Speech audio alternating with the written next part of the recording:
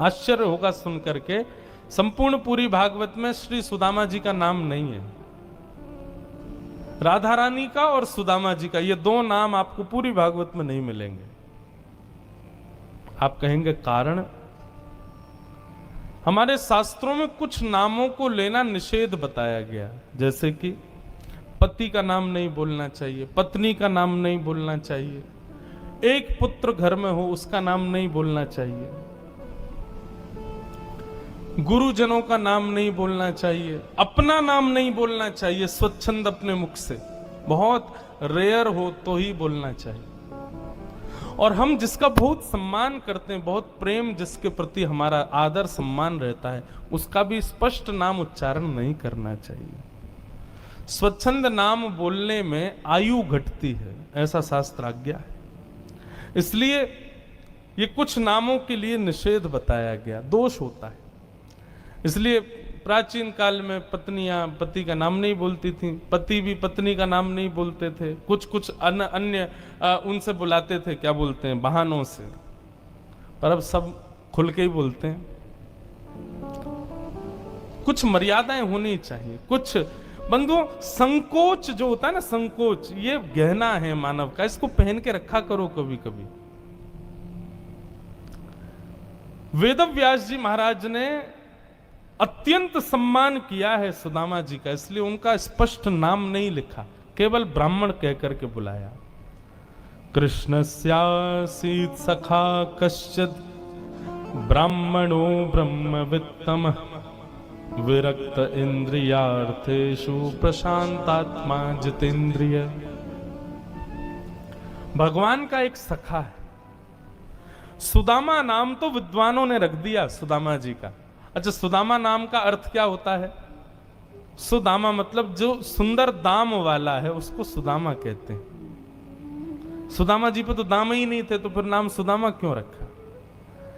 विद्वानों ने कहा, बोले भैया संसार के लोगों को धन दाम लगता है, लेकिन वास्तव में सुंदर दाम वो जो कभी खर्च ना हो, और वो है भगवान का नाम। वो सदा रहता है हमारे पास, कभी खर्च नहीं होता, कभी हमसे दूर नहीं जाता। इसलिए सुदाम क्या है, सुंदर दाम क्या है? भगवान नाम।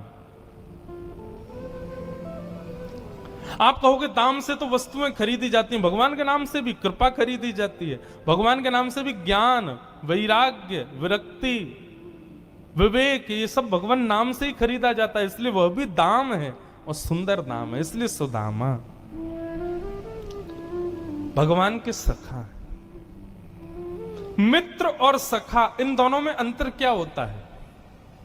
जो काम पड़ने पर मिले, किसी कारण से आपके संग रहे, उसको मित्र कहते हैं। लेकिन जिसको कोई काम नहीं, जिसका कोई कारण नहीं आपके संग रहने का, केवल निष्काम भाव से बस आपका संग चाहता है, उसको सखा कहते हैं। तो यहां पर लिखा है कृष्ण स्यासीत सखा कश्चित्, भगवान के मित्र सुदामा है, नहीं सखा है। ठाकुर जी के सखा हैं सुदामा जी। सखा बनाओ बंधु। हमारे पूज्य गुरुदेव कहते थे, जितने कम मित्र होंगे उतने प्रसन्न रहोगे, जितने ज्यादा मित्र बनाओगे उतने दुखी। हमने कहा गुरुजी कैसे काम चले? बोलो मित्र नहीं बनाओ, सखा बनाओ। और माफ कीजिएगा, सखा केवल एक ही बन सकता है, और ये वो है जे संग ही खाएंगे, संग ही रहेंगे। हमारे देखो संग ही रहते हैं। जो लोग आए, चिरपाल परिवार जिनके हम रुके, हमारे ज्योति जी उनके घर पर रुके, वहां हमारे लाल जी विराज रहे हैं, संग ही रहते हैं। आज तक अहमदाबाद में विराज रहे थे, अब जाएंगे गांधी धाम विराजेंगे, आज शाम को 4 दिन वहां विराजेंगे, फिर वहां से फिर मुंबई विराजेंगे, फिर वापस घर विराजेंगे। हम विदेश जाएं, विदेश भी संग ही जाते हैं, कभी भी एक क्षण के लिए भी दूर नहीं रहते ठाकुर जी। एक विश्वास मन में बना रहता है, कोई नहीं है संग में, ठाकुर जी संग में ही है, लाल जी मेरे साथ ही हैं। ये विश्वास सदैव हृदय में रहता है। सखा, हमको जो भोजन में मिलेगा वही वो पाएंगे, हमको जो पान में मिलेगा वही वो पाएंगे, सब कुछ वैसे ही होता है। सखा। ठाकुर जी के सखत्व को स्वीकार करने के लिए 3 गुण की आवश्यकता है। सुदामा जी में 3 गुण हैं जिसकी वजह से भगवान उनको अपना सखा मानते हैं। और वो कौन कौन से गुण हैं? पहला गुण विरक्त इंद्रिय, अपनी इंद्रियों से विरक्त हैं सुदामा जी।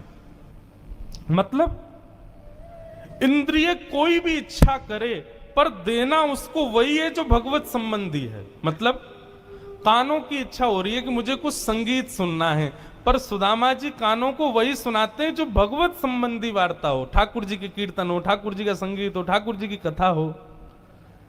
कानों को और कुछ नहीं सुनाते। नेत्रों को सुंदर स्थिति देखने का मन होता है तो सुदामा जी महाराज ठाकुर जी का ही दर्शन करते हैं। जीव को कुछ पाने की इच्छा होती है तो भगवत प्रसाद ही पाते हैं। इसको कहते हैं विरक्त इंद्रिय। ठाकुर जी के सखा बनने का यदि मन हो तो पहले विरक्त इंद्रिय बनो।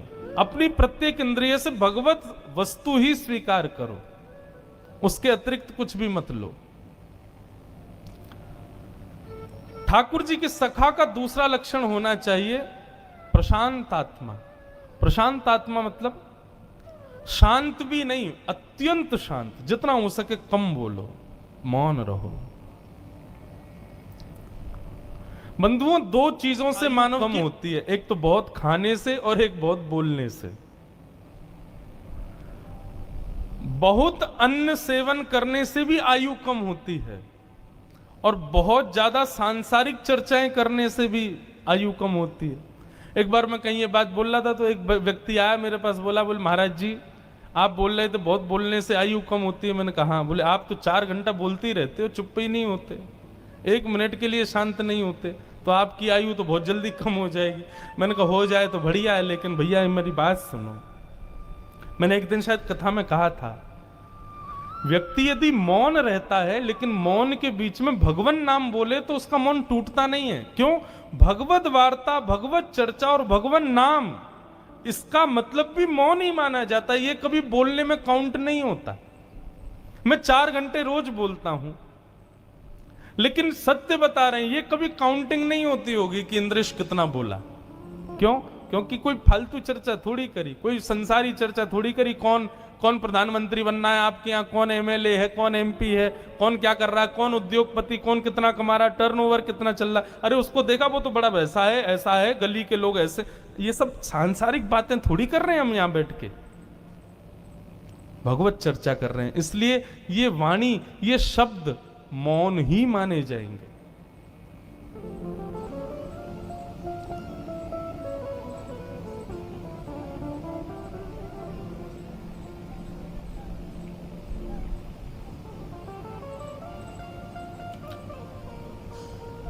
इसलिए भैया प्रशांत, थोड़ा शांत रहो। शांत से थोड़ा ज्यादा शांत रहो। कब बोलो? तब ही बोलो जब कोई ऐसी बात लगती हो कि हां यहां मेरा बोलना बनता है, या फिर कहीं भगवत चर्चा चल रही हो, भगवत वार्ता चल रही हो, वहां बोलो। बाकी शांत रहो, शब्दों को बचाओ। बंधुओं, ज्यादा बोलने वाले लोगों की जीव में 2 दोष आ जाते हैं। पहला, असत्य संभाषण, उनकी जीव झूठ बोलने लगती है। दूसरा, प्रभाव निरुक्त, मतलब उनकी बात का कोई प्रभाव नहीं होगा ज्यादा बोलने वाले व्यक्ति के। लेकिन जो व्यक्ति कम बोलता है वो जब बोलेगा सत्य बोलेगा, और जब बोलेगा सुनने वाले पर उसका प्रभाव होगा। इसलिए कम बोलना चाहिए। तो भगवान के सखा का पहला लक्षण होना चाहिए विरक्त इंद्रिय, दूसरा लक्षण होना चाहिए प्रशांत आत्मा, अत्यंत शांत, और तीसरा लक्षण होना चाहिए जितेंद्रिय, अपनी इंद्रियों को जीते, इंद्रियों की इच्छा पर वश करे। आपको क्या लगता है हमको प्यास नहीं लगती? 3-4 घंटे बोलते रहते हैं, हमारा गला नहीं सूखता, हमारी जीभ नहीं सूखती? सूखती है, होती है कभी कभी। बहुत आप तो अभी तो महीना बहुत बढ़िया है, यहां तो बढ़िया कूलर लगे हैं, वैसे तो एसी संग चलते हैं कथाओं में, लेकिन कई बार हमारी जेठ के महीनों में कथा होती है, जून, मई, जून, और दोपहर 2 बजे से कथा, विशाल पांडाल, 10,000 लोग बैठे हैं, और ऐसा तापड़ा, पूरा पंडाल इतना भवक रहा होता है कि बस ये लगे प्राण निकले क्या। वहां भी 4 घंटे बोलते हैं।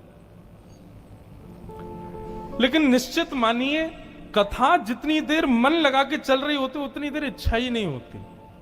कथा के उतरते ही प्यास लगती, उतरते ही लगता कुछ दो भैया, गला सूख गया थोड़ा। लेकिन कथा में नहीं होती इच्छा। जितेंद्रिय, अपनी इंद्रियों को जीतो। बंधु, इंद्रियां कोई इच्छा प्रकट करें, तुरंत उनको पूर्ण करने में मत लगा करो।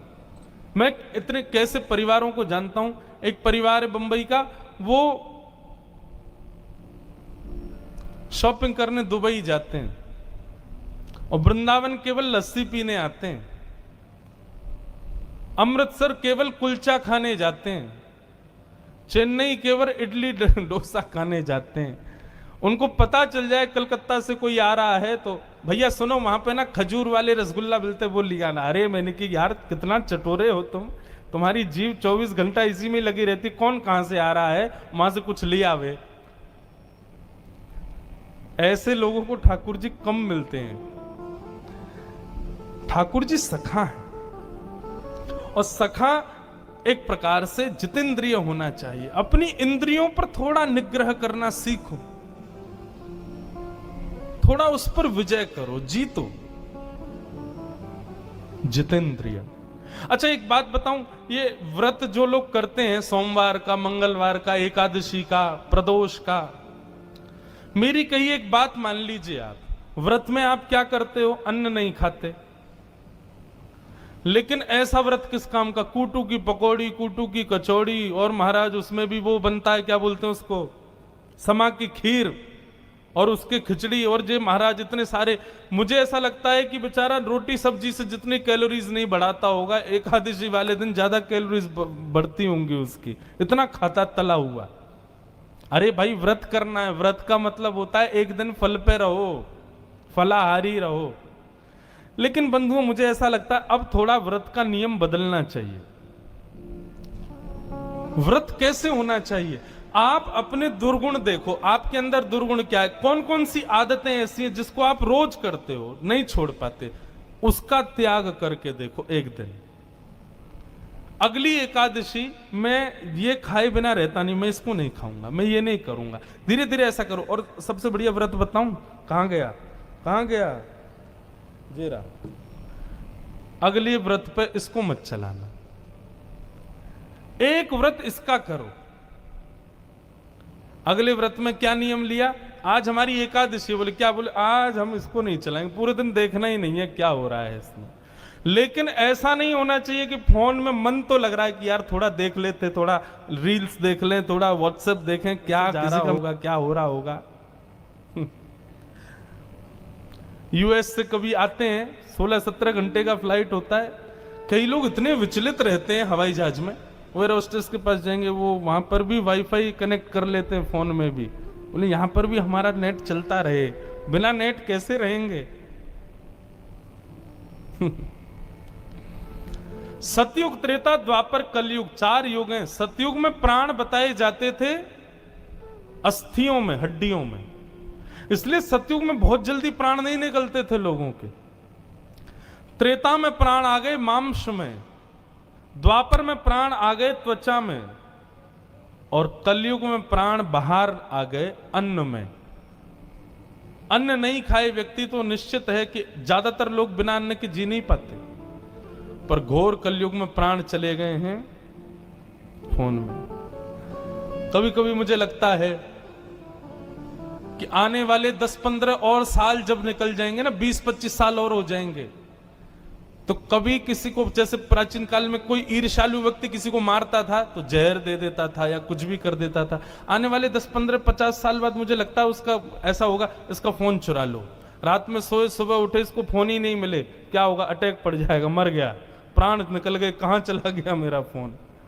निश्चित है ये हो ही जाएगा। आज भी आप सुबह उठते हो, आपकी क्या कहूं, मैं खुद की कह रहा हूं, सुबह उठते ही सबसे पहले हम क्या करते, सही बताओ, फोन ही ढूंढते हैं कहां है, और नहीं मिले तो आधी घबराहट तो वैसी हो जाती है। जो जो बच्चे सुबह उठ करके बिस्तर पर पड़े रहते हैं 1 घंटे तक, यदि माता पिता चाहते हैं कि वो थोड़ी फुर्ती में आए, तो सुबह उनके उठने से पहले फोन लेके भाग जाओ। इतनी फुर्ती आपने कभी नहीं देखी होगी। तुरंत बिस्तर से उठेगा, दौड़ेगा, कहां है मेरा फोन, चुस्ती आ जाएगी। तो इसका मतलब क्या, हमारे प्राण बस गए हैं इसमें एक प्रकार से। भैया जितेंद्रिय बनो, थोड़ा जीतो अपने आप को, अधीन मत रहो वस्तुओं के। ठाकुर जी के सखा बनना चाहते हो तो विरक्त इंद्रियार्थेषु प्रशांत आत्मा जितेंद्रिय। सुदामा जी में ये तीनों गुण हैं।